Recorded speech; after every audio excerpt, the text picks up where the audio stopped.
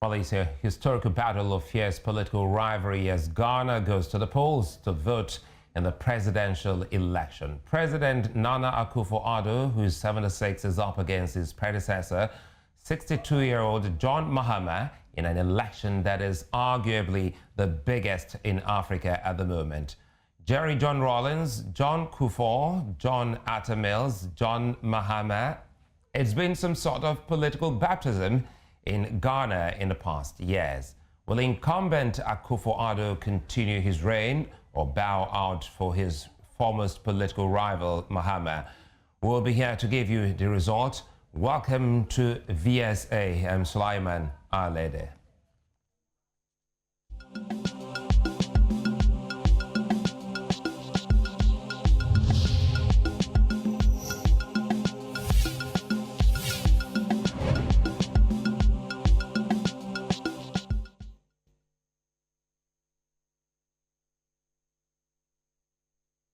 Ghana 63 is West Africa's second largest economy, and that makes this election even more important. After years of military rule amid democratic governments, the political landscape of the country has been stable for more than 2 decades now. The current polls is Ghana's 8th consecutive election since 1992. While 12 candidates and parties have thrown their hearts into the ring, the election is primarily between candidates of the ruling New Patriotic Party, NPP, and the opposition National Democratic Congress, NDC. A total of 17 million voters registered for the election. The number increased by 2 million voters from the 2016 election. The polling units in the country have also increased by 5,000 from 28,000 to 33,000. Joining me today, two extraordinary gentlemen whose interest is about the continent. And Tony Goldman, former African editor of Financial Times and the editor of the Pan-African Newswire, Abayomi Azikiwe. Good to have both of you join me on Village Square Africa. Thank you. So quickly, let me start with Anthony in the UK. Considering how the Ghanaian economy is to West Africa and even Africa, what do you expect from that country at this point in time as they're voting? Well, I was in Accra a couple of weeks ago. It's a different kind of election in Ghana. Obviously, the impact of the coronavirus health pandemic has impacted how parties have campaigned. There haven't been the big rallies that you would normally see. It's been quite a sobering year for Ghana's economy. The issue of management of the crisis has actually worked fairly well for the present. Ghana's figures for COVID have been fairly good compared to other countries. But I think on the whole, it has been a fairly low-key affair. Perhaps some people might say having a fairly low-key election isn't a bad thing, given how lively things have been in other parts of the world over the last few months with contested elections and all of that kind of thing. So I think that these are two well-known political parties. These are two well-known candidates. They're standing against each other this time. They stood against each other 4 years ago and 4 years before that, and even 4 years before that. Mahama was on the bill with the late Professor Mills against Nana Akufo-Addo. So this is not an unfamiliar choice to Ghana, and I think that the issue will be who is able to get their people out. Turnout, I suspect, will be one of the more interesting things to look at afterwards. Let me bring in Abayomi.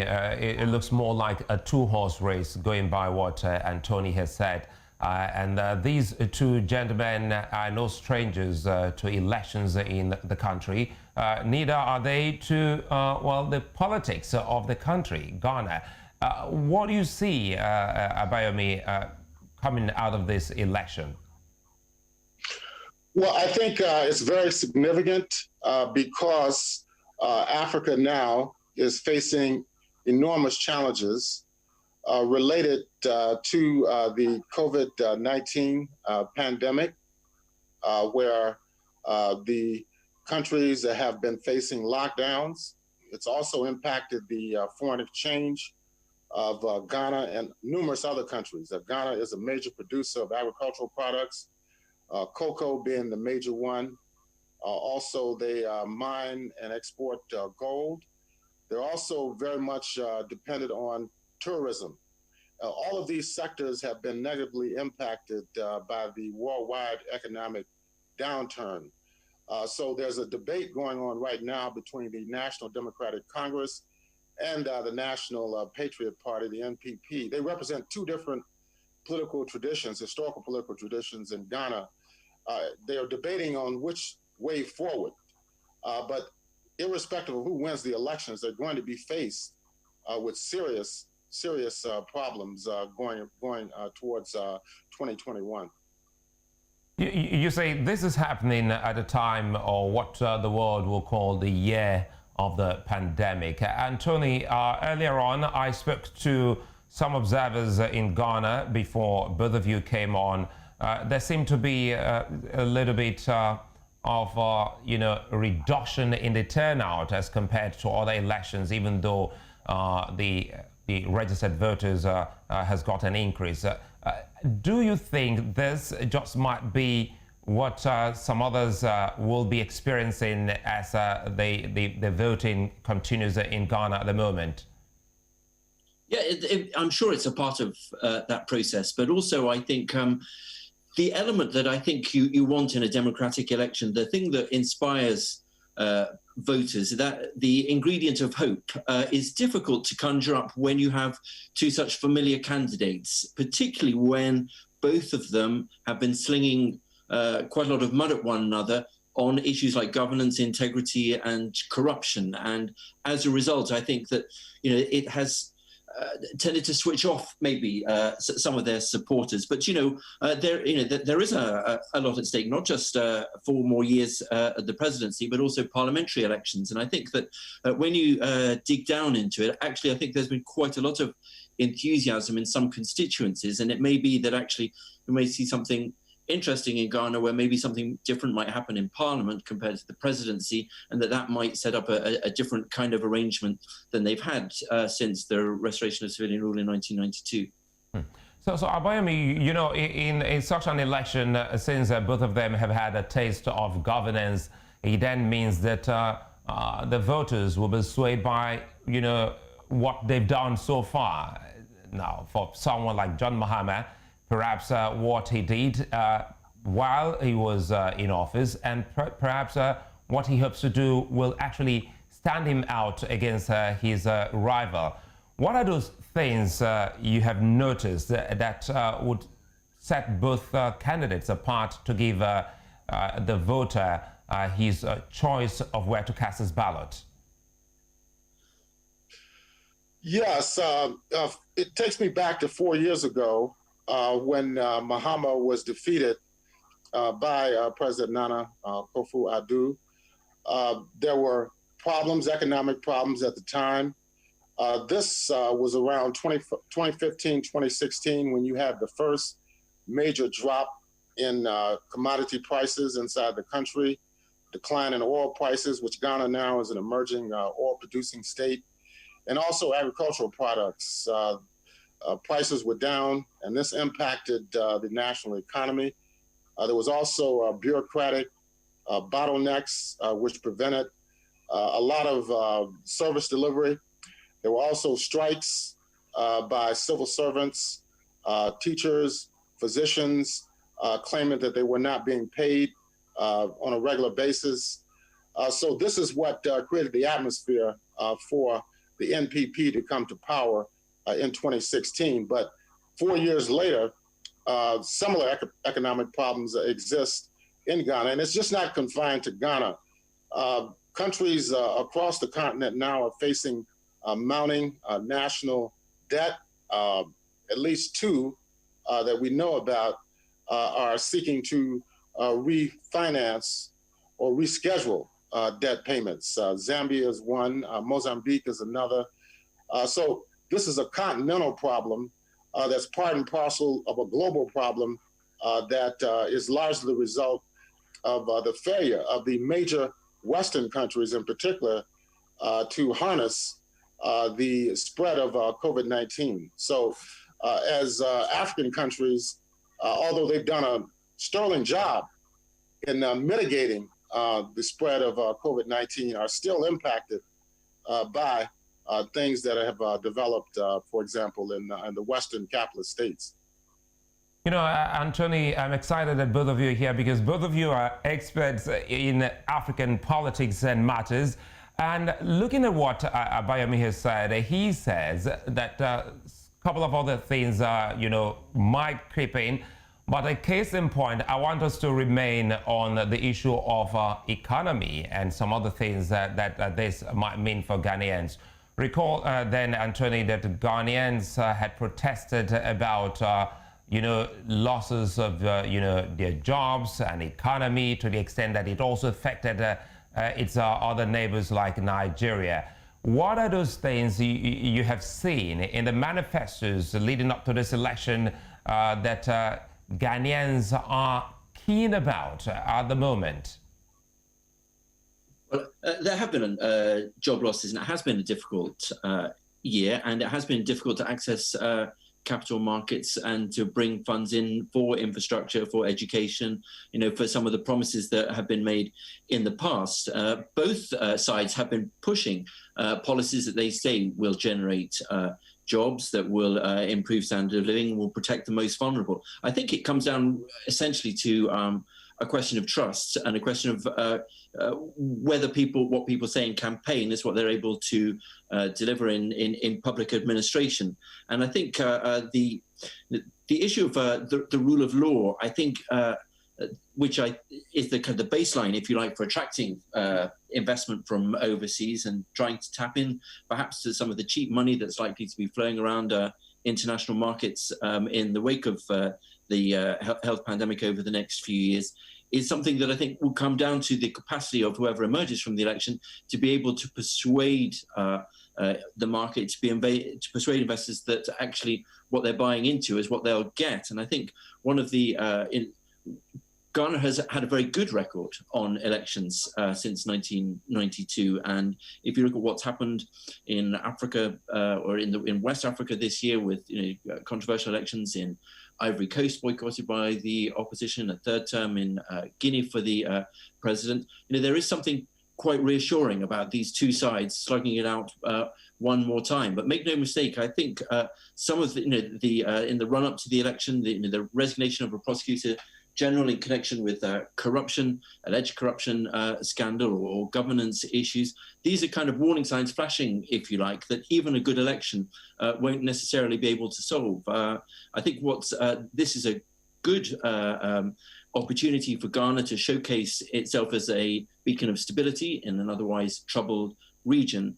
But I think the business of consolidating democracy begins the day after election day and actually beginning to show that you can make good some of those promises to the voters. People have heard it before from both of these gentlemen many times, and I think there may be a kind of a credibility issue or confidence issue that they will have to overcome and prove that they're worthy of that as they go into government in the next 4 years. Well, call it the year of the pandemic, but it is an election that pretty much will bring up a whole lot of issues in that country. Gentlemen, we'll take a moment, we'll come back, and when we come back, we'll look at some of those key talking points by both candidates. Stay with us.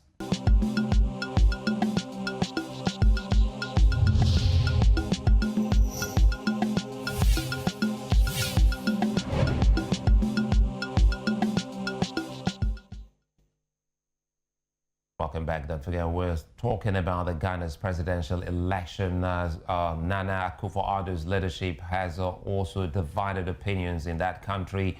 The scorecard of his campaign promises reads below average. His campaign promises were abolishing fees in high schools, which he has done, although with its criticisms, establishment of a hospital in each district, which he has not kept to, construction of a factory in each district, a promise he hasn't completely kept. Of course, cutting corporate taxes partly kept our promise. And again, as the gentlemen have highlighted, fight against corruption, which is another controversial one, and holding an election for local government representatives, he's stalled on that. They are still hanging on a couple of other things, but we'll go back to the guest joining us today to look at these issues. As Abayomi Azikiwe and of course and Tony Goldman joining us to look at these issues. Now, gentlemen, good to have you back. It's our home stretch now, looking at elections in Ghana at the moment. For, you know, an African nation that has also had its own share of the pandemic, COVID-19. John Mahama, the former president, did say he was going to build well over 20 hospitals. Abayomi, you know, in Africa, we've seen promises made by candidates. For some, they still think that promises are meant to be broken when it comes to African politics. What do you have to say about this? Yeah, this happens in particularly in electoral politics. It's not just limited to Africa. We've seen it internationally. I'm here in the United States, and we just went through a major election.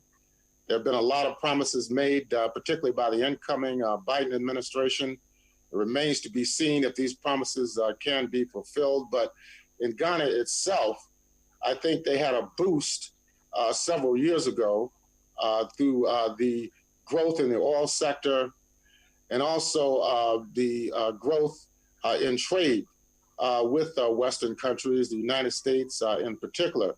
But this has taken a reversal even before the pandemic, as I mentioned earlier, with the decline in commodity prices, oil prices. This places brakes on the development goals of Ghana and other countries in the economic community of West African states, the ECOWAS region. So it depends in large part on the overall growth or negative growth within the world economy as a whole. We know that the United States is suffering immensely right now, and it's very little assistance even the incoming Biden administration can provide to states such as Ghana. So Ghana is going to have to be self-reliant in regard to its economic program moving forward. And Tony, you know, a little cheeky fact here. Mahama was vice president when U.S. President-elect Joe Biden was vice president. Some Ghanaians are saying that, well, this just might be fate for their candidate. I don't know how this works in politics, especially for Africans. No, I think Ghana has always, I think, worked very hard to try and find ways through so that it has established relations. Actually, I think one of the things that this government, that Nana Akufo-Addo has done since being in office that has been quite effective is playing up Ghana's role as diaspora identity, the year of the homecoming. It attracted a lot of people from the United States to come and to visit at another level. He also, I think, spoke to a particular gallery when he talked about the need to move away from aid and that kind of dependency relationship, and to reach out and develop proper trading channels and a fair relationship with Ghana's bigger partners. Also, he's fluent in French, so able to speak, to people in neighboring states as well as to France, and so has a different kind of position, a different kind of lobbying capacity in Europe as well. So I think it's the challenge, if you like, I think is how do you kind of manage tactics and strategy? So when you only have a 4-year election cycle and you have as established and as bitter a rivalry as there is between the two parties in Ghana, how do you go about fixing some of the longer term issues that the country has, things that both sides know need fixing, like the infrastructure for power, for education and so on, unless both sides are going to buy into it? Because I think John Mahama has said during this campaign, and I think it speaks of the weakness of the political system in Ghana, if you like, which is so focused on this 4-year cycle of elections. He said, well, look, some of the things that we were doing, you're only now beginning to see them in Ghana. You're only now beginning to see the impact of some of the roads or some of the infrastructure investments that we were making. They take a long time to work their way through the system. And Tony, let me jump in here because you just raised quite a good perspective, talking about the 4-year circle life in, in administration in a democracy, especially in Africa.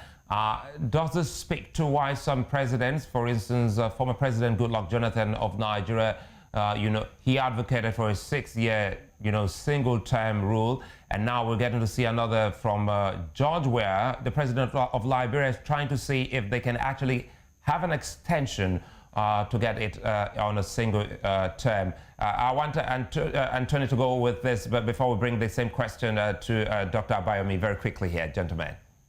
It's a good question. I sometimes suspect it would be easier to take it seriously if it came from people who weren't already in office trying to extend their terms in office, and how that exposes them to criticism that this is about self-preservation rather than national interest. But certainly, I think you saw it in the US, where there's this relentless process of campaign politics, from the day of inauguration till the day of elections. It does obscure the real business of actual public administration. Elections are increasingly expensive and increasingly polarized. I think social media, has been a feature of this election in Ghana, as it is in a lot of other places. And I think that when the smartest people, when the biggest money is going into election campaigns, and they come around as frequently as they do, I think it does create challenges for how to create consensus on bringing about those kind of long-term changes that are the baseline for all of the prospects for sustainable growth and development. So I think that there very well may be a case, I think, for a different kind of approach. But I think when it's adopted or championed by those who are already in power rather than those seeking it, I think perhaps it loses some of its currency. Dr. Abayomi, I don't know if you got me there before, because we lost it for a bit there. We're talking about extension, or tenure extension, which is more like the fad now in African politics.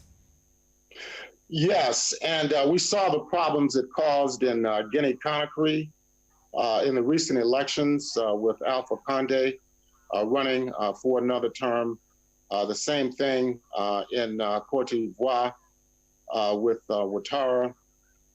Yes, it created a lot of social problems, mass demonstrations, and even violence inside the country.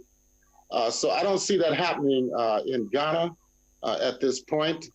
Most of the elections that have taken place since the return to multi-party democracy in 1992, as you mentioned, have gone off fairly smoothly. And judging from the correspondence over your network, News Central, what they've been reporting is a very calm, very peaceful atmosphere that exists in the country. So that is a very positive development. It also sets the tone for other countries throughout the continent as well. So, gentlemen, I think this is where I'd like to say many thanks for being such a nice company. It's been an interesting, moment with both of you. Dr. Abayomi Azikiwe from speaking with us from the United States, and Tony Goldman speaking to us from the UK. Hopefully, the best man will win the election, and Ghana's progress will be the watchword as citizens vote. Thank you for joining us, and the program returns tomorrow. Bye-bye. Bye.